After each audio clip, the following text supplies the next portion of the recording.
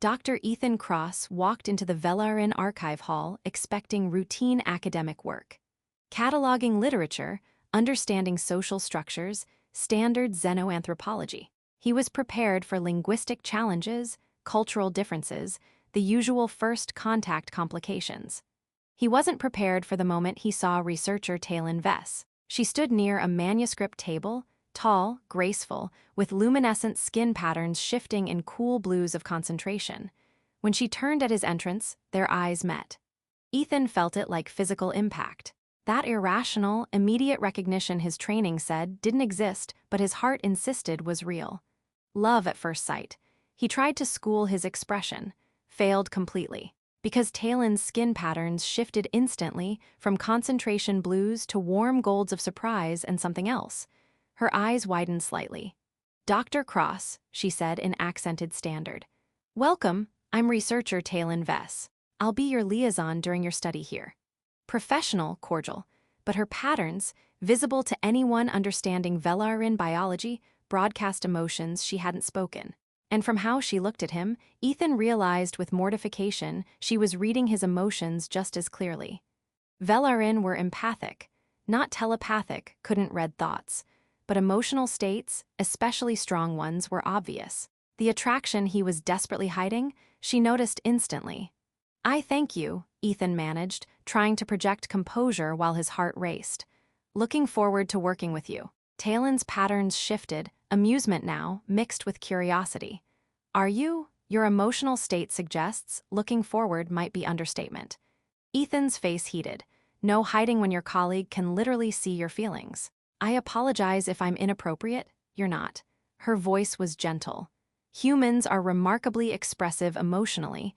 It's one of the things we find fascinating about your species." The way she said fascinating made his pulse quicken. He watched helplessly as Talin's patterns shifted to acknowledge that too. This was going to be complicated. Working with someone who sensed emotions was challenging. When those emotions included intense attraction, you were trying to maintain professional distance from. Talin was kind about it.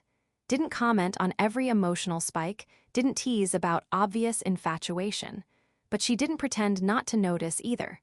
"Velaryn literary tradition," she explained one afternoon, showing ancient texts, "values emotional honesty above all. We can sense each other's feelings, so deception is difficult. Our literature reflects that, stories about navigating truth, about emotions that can't be hidden." "Must make things complicated," Ethan observed, hyper-aware of standing close enough to catch her scent, rain, and electricity.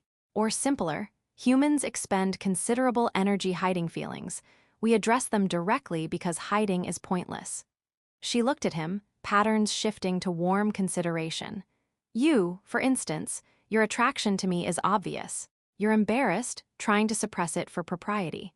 But it's there constantly, and I notice constantly, so we're both aware of something you're pretending doesn't exist." Ethan's mortification must have been equally obvious because her expression softened.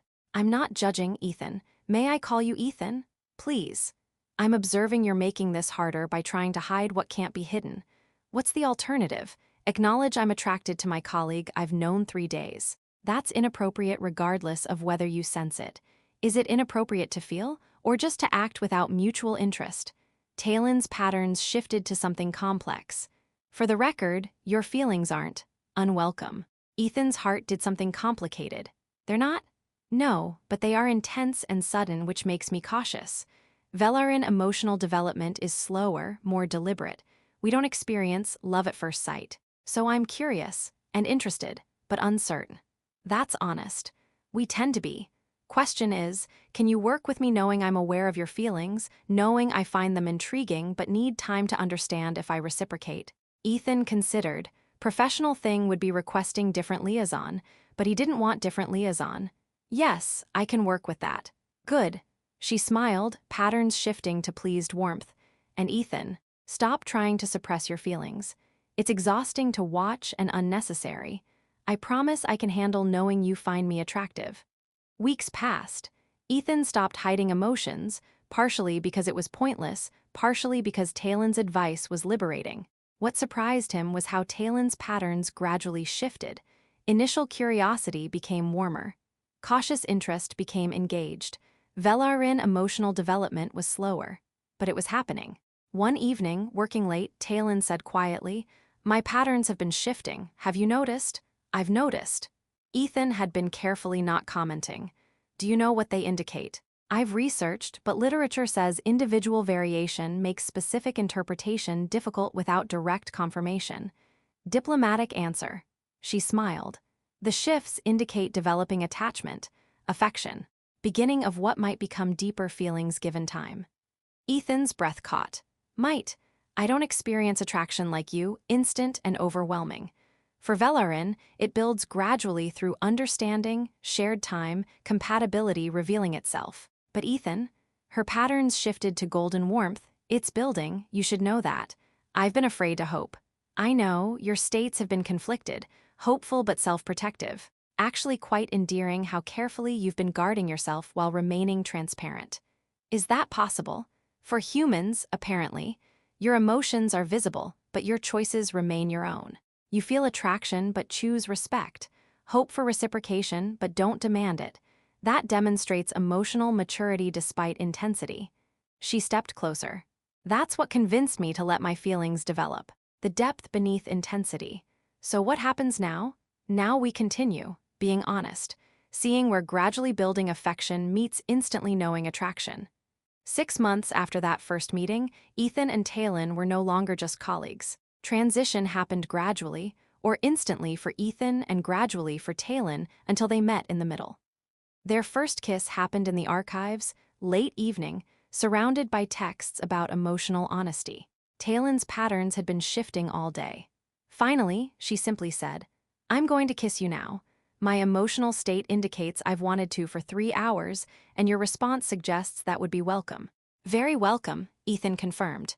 "Then we're in agreement." The kiss was gentle, exploratory. Her patterns shifted against his skin where they touched warm golds of affection, deeper crimsons of passion. "Your emotional response is very flattering," Talin observed when they broke apart. "You make it easy to be flattered. Because I can sense your genuine feelings? Yes, there's something powerful about knowing exactly how affected you are." She traced his jawline. "Humans often say they want honesty. We don't have choice. And I'm discovering I prefer it this way." Their relationship developed with unusual foundation of absolute emotional honesty. When Ethan was frustrated, Talin knew before he spoke. When Talin was uncertain, Ethan learned to read her patterns well enough to offer reassurance. They couldn't hide feelings, so they didn't try. Arguments were direct because pretending not to be upset was impossible. Apologies were meaningful because sincerity was visible. When Ethan's fellowship ended and he faced returning to Earth, decision was complicated but honest. "I don't want to leave," he told Talin. "Your emotional state has indicated that for weeks." She took his hands. "But you're afraid of asking me to leave my home, afraid of presuming the relationship means as much to me." "Does it?" "My patterns should answer that." They did, deep crimsons and golds, Velaryn colors of profound attachment. "I've been researching Earth universities. Several have xenoanthropology programs that would value Velaryn perspective. I could continue research there." "You'd come with me. My emotional investment is as deep as yours, just arrived at differently. Instant for you, gradually built for me, but we're at same place now." She smiled. "Besides, I'm curious about culture where people hide feelings. Seems exhausting but fascinating." Years later, their relationship became case study in successful human-alien partnerships. The key, Ethan always explained, was starting with absolute honesty. No hiding, no pretending, no wondering if feelings were reciprocated. What began as mortification, falling in love with someone who immediately knew, became foundation for unprecedented intimacy. "I fell in love the moment I saw her," Ethan said in interviews about cross-species relationships. "And she noticed immediately. I thought that was most embarrassing thing that could happen. Turned out it was the best thing." Talin, when asked, put it differently. "He felt deeply before understanding why. I understood before feeling deeply. We built something real from transparency.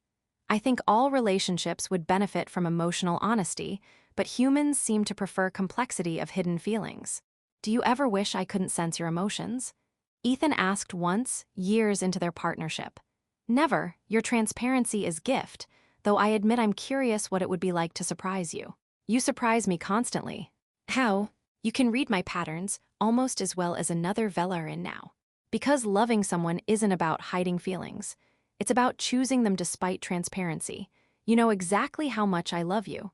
That's not the surprise. The surprise is that you love me back despite knowing every embarrassing, complicated emotion I've ever had. Especially because I know love built on honesty is stronger than love built on projection.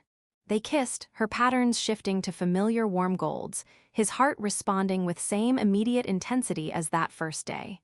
Transparent, honest, real, their relationship flourished not despite emotional transparency, but because of it. When conflicts arose, they couldn't hide resentment or hurt, it forced immediate addressing of issues.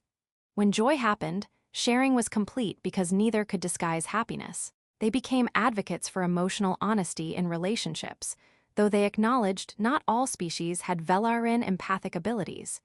You don't need to literally sense emotions, Talin explained in lectures. You need to create safety for emotional honesty. Ethan and I started with transparency forced by my biology, but we chose to maintain it, to value it, to build on it. The moment I saw her, I fell in love, Ethan would add. And she knew.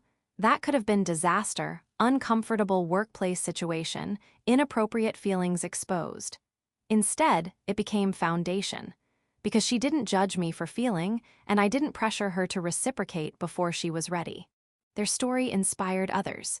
Human-alien couples who learned that vulnerability, properly honored, builds stronger bonds than carefully curated perfection.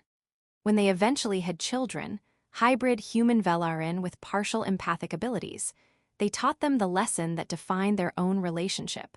Emotions aren't weakness. Hiding them creates distance. Sharing them, with someone who honors that sharing, creates connection. I fell in love at first sight with someone who could sense it immediately, Ethan said at their 10th anniversary celebration. Best thing that ever happened to me. I fell in love gradually with someone whose emotions were always transparent, Talin responded. Best thing that ever happened to me. Between them was understanding. Love didn't require mystery. It required honesty, respect, and courage to be emotionally vulnerable with someone who truly sees you. Ethan had been mortified that first day, emotions exposed. Talin had